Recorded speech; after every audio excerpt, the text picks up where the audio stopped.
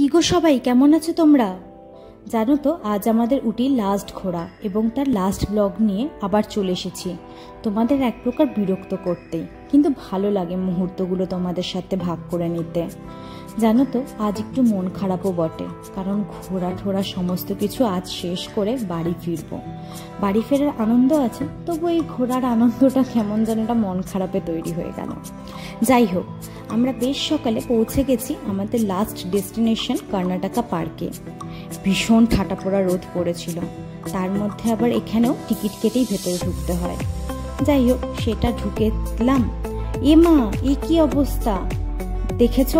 কোনো ফুল টুল সেরকম কিছুই নেই। কতবার সৌরভকে বলেছিলাম যে ডিসেম্বর, জানুয়ারি কিংবা ফেব্রুয়ারির দিকে আসতে। শুনেছি এখানে ফুল দিয়ে খুব সাজানো থাকে সুন্দর করে, আর প্রচুর ফুল ফোটে নানা রকমের।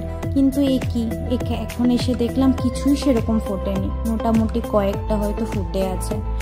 ছেলেটা একটুকু কথা শুনলো না। কথা শুনলে আমরা খুব সুন্দর সময় আসতে পারতাম, আর সেটা তোমাদেরকেও দেখাতে পারতাম। কি আর করা যাবে, কিছু আর করার নেই। এই রোদের মধ্যে এখানে একটু ঘুরে জায়গাটা দেখতে হবে। জায়গাটা কিন্তু বেশ বড়। আমি শুনেছিলাম যে মাইসোরে যিনি রাজা ছিলেন, উনি নাকি এখানকার গভর্নমেন্টকে, মানে এই উটির গভর্নমেন্টকে এই জায়গাটা, জমিটা গিফট হিসেবে দিয়ে দিয়েছিল। সেখানেই পার্কটা করা। আর এই ব্রিজটা যে দেখছো, এটা কর্ণাটকা ব্রিজ, খুব ফেমাস, তাই একটু ছবি তুলে নিলাম। যাই হোক, চারদিকটা ঘুরে দেখছিলাম। এই রোদের মধ্যে আর ভালো লাগছিল না, ভাবলাম তোমরাও একটু দেখো। তারপর আর কি, এবার বাড়ির দিকে ফিরবো, বাস ধরবো। তো এটা হচ্ছে আমাদের বাস। এবার যাওয়ার সময় সিটিং বাস নেওয়া হয়েছে, স্লিপার নয়। এই বাসে করেই আমরা বাড়ি ফিরবো। ব্যাস, এইবারের মতো ঘোরা ঠোরা সব শেষ। নিজের আগের ব্যস্ততার জীবনে ফিরে যাব।